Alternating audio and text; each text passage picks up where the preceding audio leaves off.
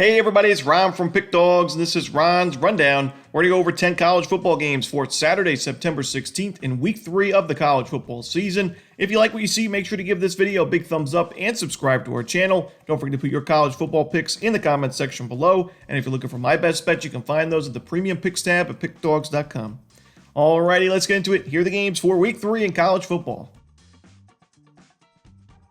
First up, we see Wake Forest taking on Old Dominion. This one's going to be at 12 o'clock Eastern start time on ESPN2.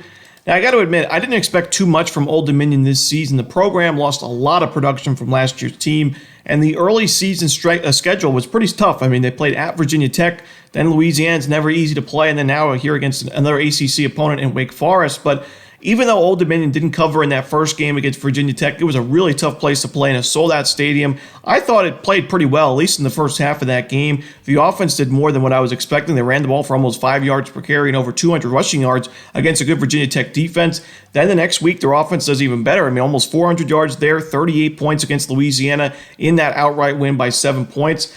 I think Old Dominion is good enough here at home. You know, they don't usually get to host a lot of ACC teams, and this is one of those chances we saw last year. Old Dominion take down Virginia Tech outright at home, 20-17. I don't know if they win the game outright here, but this Wake Forest team, similar to like what I mentioned with Old Dominion, losing a lot of production. This is a pretty young Wake Forest team, an experienced Wake Forest team that didn't play its best football against Elon in a 20-point win, and also wasn't too impressive in their game against Vanderbilt, giving up over 400 yards there defensively.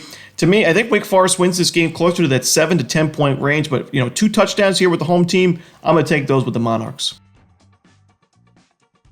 Next up, it's Alabama and USF. This one's going to be 3:30 Eastern on ABC. It's going to be at Raymond James Stadium in Tampa. And, it should be a pretty tough atmosphere environment for Alabama. USF, this program, hasn't been able to host too many games like this in recent years. But, the question for me in this game is, I think Alabama's going to be able to score at will in this one. USF's defense this year and years prior has not been great. I mean, last year we saw them give up 41 points per game. The year prior, 35 points per game, 40 points per game in 2020. So I do think Alabama scores at will. The question is, can USF keep up offensively?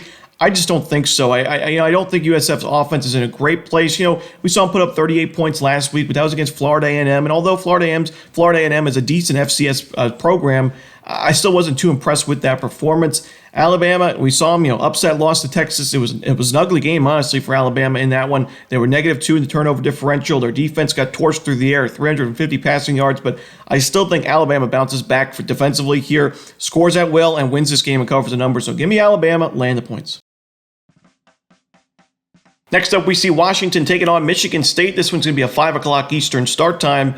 In Week 1, we saw Washington take down Boise State 56-19, the final score. And that win was even more impressive the next week when you saw the fact that Boise State played UCF, a very good offensive team, that put up 700 yards in its first game. And Boise State held that team to 18 points in an 18-16 final score. So that Washington 56-point performance, even more impressive. They put up 43 the next week in a blowout win over Tulsa. And I think that they win this game and score plenty of points along the way. I like them to cover this number. Michigan State, they look fine on both sides of the ball in their first 2 victories over Central Michigan and Richmond, but this is certainly their toughest test by far this year. And we know with all the issues behind the scenes and the coaching staff at Michigan State this week, really not the best spot to be in for the Spartans program. I think Washington wins this game. Top 10 team. I think they win this game and cover the number. So I'm going to take Washington. Anything less than 3 touchdowns, I think we're getting a really good price.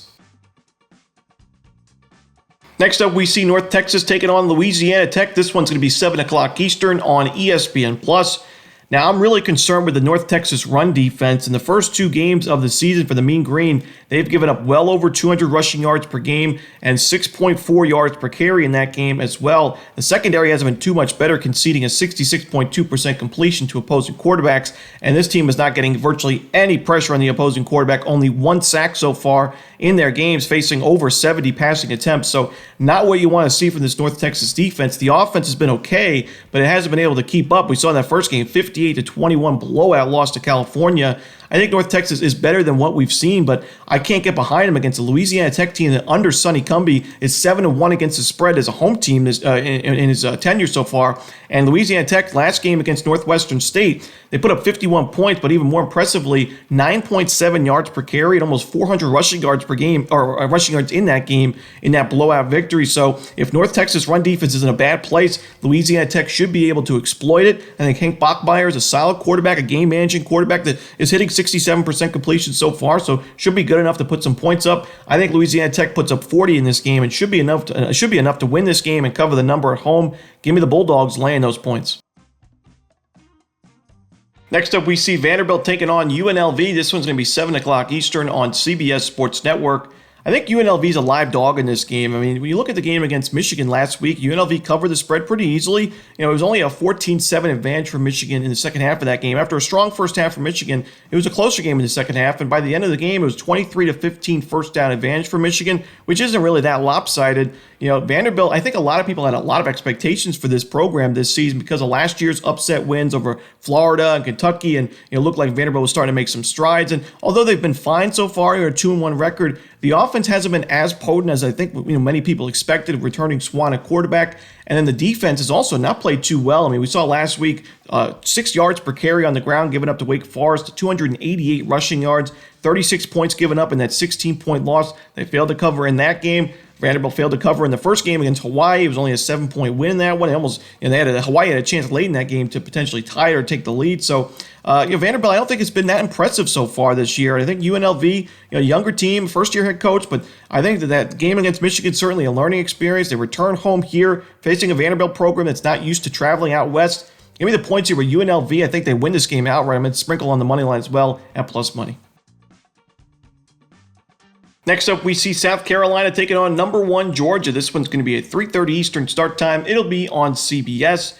Now, Georgia, 2-0 to start the season, 2 comfortable wins over UT Martin and Ball State. Certainly South Carolina, the toughest matchup for Georgia so far this year. Now, South Carolina was tested in its first game against a tough North Carolina team, a rival, and North Carolina played well in that game. They won that one 31-17. So, South Carolina, the Gamecocks, disappointing start to the season. They bounced back a bit against Furman, a 47-21 win over one of the better FCS programs, in my opinion. And I do think South Carolina can compete in this game. I think this is too many points, honestly. I think Georgia wins the game, wins it by double digits, but I just think it's too many points. When you look at the season series between these two teams, first of all, South Carolina only a few years removed from earning an outright upset in this series back in 2019. 20-17 outright win in Athens. That was number 3 Georgia. In that one, they were 21.5-point favorite. But also the home team in this series not fared too well, at least recently. I mean, the last 7 meetings, the home team is 0-7 against the spread and 2-5 straight up in this season series. So I think South Carolina getting almost 4 touchdowns in this game should be able to cover the number in the end. I think Georgia wins it somewhere in the 14 to 21 point range, but doesn't come close to covering that big number. So give me the points here with the Gamecocks. Next up, we see Miami, Ohio taking on Cincinnati. This one's going to be a 7 o'clock Eastern start time on ESPN+. Now, of course, this is a rivalry series. These teams play virtually every season. In 2020, they didn't play because of the pandemic, but they play virtually every year, and this has also been a pretty streaky against the spread series. When you look at the against the spread records, back in 2010 through 2012, Cincinnati covered 3 straight games in this series. Miami, Ohio then found 4 straight covers against the number from 2013 to 2016. From 2017 on, the Cincinnati program was rebuilt. They covered 4 more games in this series, but then Miami, Ohio last year getting 23.5 points against Cincinnati, only lost 38-17, so they covered the number, and that was with the backup quarterback in there in Avion Smith. Now Brett Gabbert is back from Miami, Ohio. I think it puts the offense in a much better position this season's matchup. And even though Miami, Ohio had a disappointing result against Miami, Florida, we know Miami, Florida, we saw them take down Texas A&M pretty easily last week, so not too bad of a loss, honestly. Miami, Ohio bounced back on the road against UMass and beat them up by double digits. And then, Miami, Ohio is facing a Cincinnati team that I just don't really know if I trust the offense too much. I know Emory Jones has played well so far, but we saw him struggle at Florida. He wasn't the best at Arizona State either. I do think we're going to see a lower scoring game, more of a defensive battle here. And when you're getting 2 touchdowns, certainly makes those points a lot more valuable. I also think, Miami, Ohio, certainly not a program known for being too invested in non-conference games, a team that really takes its MAC game seriously and under Chuck Martin. But I think in a rivalry game like this, it's an exception. I'm going to take those points here with Miami, Ohio, the Redhawks on the road.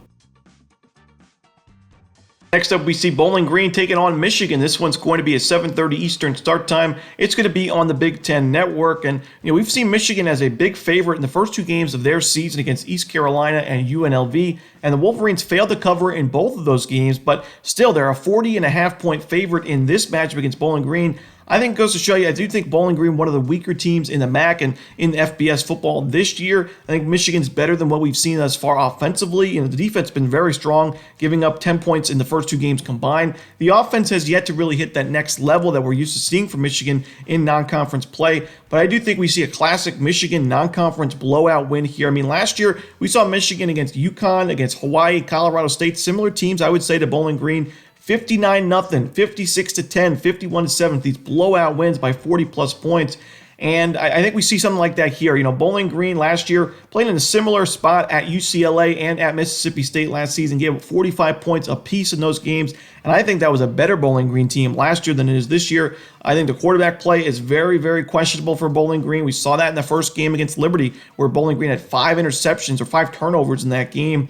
I don't think Bowling Green does enough offensively here. I think the defense, I think Michigan scores at will. Give me the Wolverines laying a big number at home. Next up, we see FAU taking on Clemson. This one's going to be at 8 o'clock Eastern start time on ACC Network. Florida Atlantic, the Owls, in recent history for the football program, they've struggled in these step-up games where we saw last year against a state rival in UCF, a 40-14 blowout loss. Year before that against the Gators in Gainesville, another blowout loss. A couple years before that against UCF again in Ohio State in the first 2 weeks of the season. 2 more blowout losses against a fired-up Clemson team that has not played its best football in the first 2 weeks of the year. They lost outright to Duke. They didn't cover against Charleston Southern. They were only up by 7 points at halftime. I expect a much sharper performance, the best performance from Clemson so far this year in this game. Really tough road environment. The first road game for FAU this season. I don't think they hold it. I don't think they keep up in this one. So give me the Clemson Tigers laying the big number at Death Valley. And the final game we're going to talk about for Saturday's card in college football, it is UTEP and Arizona, a late night game, 11 o'clock Eastern on the Pac-12 network. Arizona's a big favorite here by more than 2 touchdowns, and this is not really a play against Arizona, but more so a play on UTEP. I do think UTEP is currently undervalued after a pretty slow start to the year, 1-2 straight up, and losing both of their games to FBS opponents. The first game, they were favored at Jacksonville State. Last week at Northwestern, it was a small line in that one. I think it was like a 3-point spread, and they lost by 31 points. But I do think UTEP's better than what we've seen. They've had really big issues with the turnovers so far. In those 2 losses at Jacksonville State and Northwestern, they were -5 combined in the turnover differential. But luckily for them, they're playing an Arizona team that last week was -4 in the turnover battle against Mississippi State. Had issues losing the ball. 5 interceptions for Jaden DeLaura so far this year.